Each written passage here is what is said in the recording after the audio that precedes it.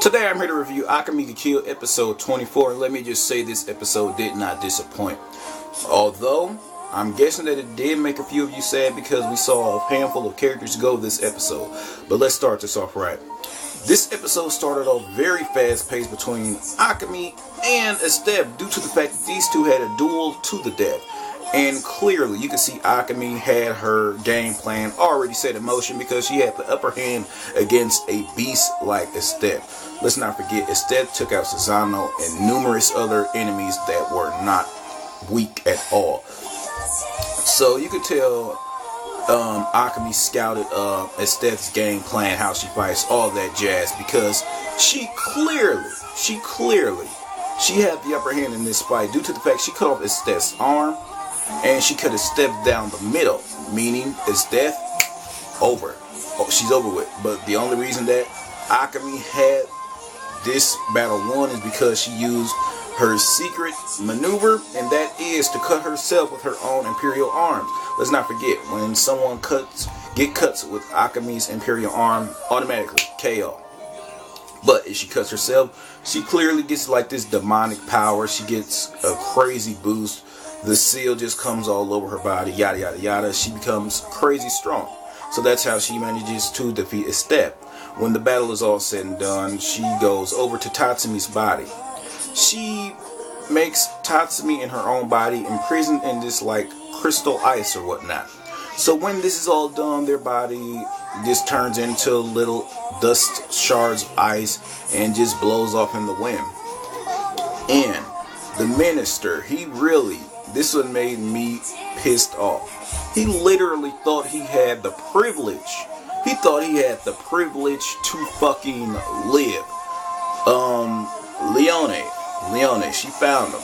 But little did we know that the minister had an Imperial arm of his own. So he uses his Imperial arm on Leone's Imperial arm. Pretty much basically canceling out her healing factor. So she can't heal, yada yada yada. And she still says, this is not going to be enough to defeat me.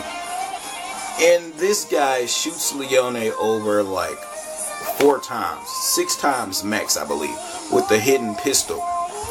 And she goes full on The Walking Dead to this guy's face. She just crushes his face until it becomes completely unrecognizable with her bare fucking hands. She just bow, bow, bow to this guy's fucking face. It was done. It was fucking over. And when that's all said and done, Leone and Akame have a heart-to-heart talk, and Akame just looks down like, Leone, and she cuts her off before she can say injured or whatnot. So Leone just jumps off this high-ass wall or whatnot with their arm. And that's kind of crazy because she could have actually gotten like medical attention, but she chose to just put band-aids all over it and just walk the fuck off. I mean, like, seriously, Leone, come on, man, you were one of my favorite characters. Not because your boobs or whatnot, but you were super fucking awesome.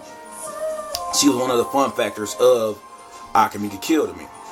And later on, these guys were all, yay, the war is over.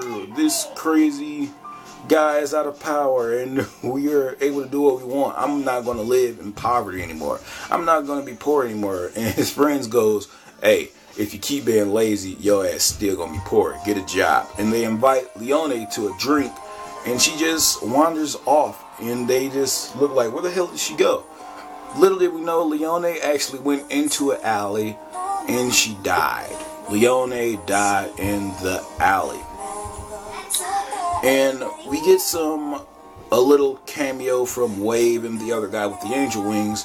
They visit Akame's sister's grave, Kurome, and they say, rest in peace, Kurome, pay them their respects, yada yada yada.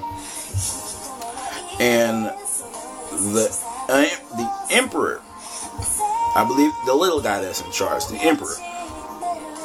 So the captain of Night Raid said, hey, do you want to die honorable death? And this guy pretty much agrees to it.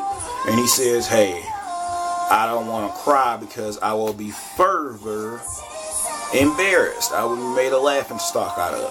And I'm just seeing like, whoa, he's a little kid. He was manipulated by the Prime Minister. Give this guy a fucking break, people. Really, he's a little kid. But he agreed to his death, and he agreed to the death of the guillotine.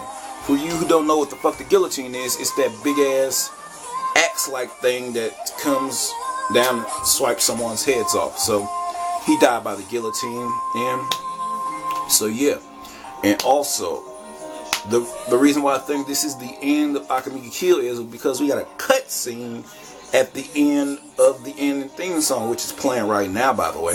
So after this song went off, we got a little cut scene from Akame. She was wandering throughout the desert because she went off on her own, and so she just started to fight these people that just came out of nowhere. And if you look closely, some of those weapons looked like Imperial arms, if not all of them were Imperial arms, by the way. And I just can't believe that Akame, she is the sole fucking survivor of Night Raid. Because let's not forget, if you guys say, oh, the captain survived too, but she's living on borrowed time, people.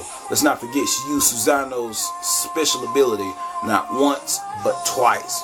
And as you all know, it has that Tsunade effect, which shortens someone's lifespan. So yeah, she don't even got that long to live. Akame is the only one left standing at the moment. So with Akame being the sole survivor of Night Raid, I'm just looking like, wow. Sad anime, but those fights were fucking amazing. I could not ask for any more out of this anime series, but only one thing I did want is for Tatsumi and Akame to hook up. But hey, beggars can't be choosers. So with that being said, I enjoyed this anime series, and I just hope we get a season 2. And what is going on with her comic book, by the way? But anyway, with that being said, this is Herman Frost, and this is Otaku Weekly. Don't forget to like, comment, and subscribe to my channel. Over and out, my otaku buddies. Till next time.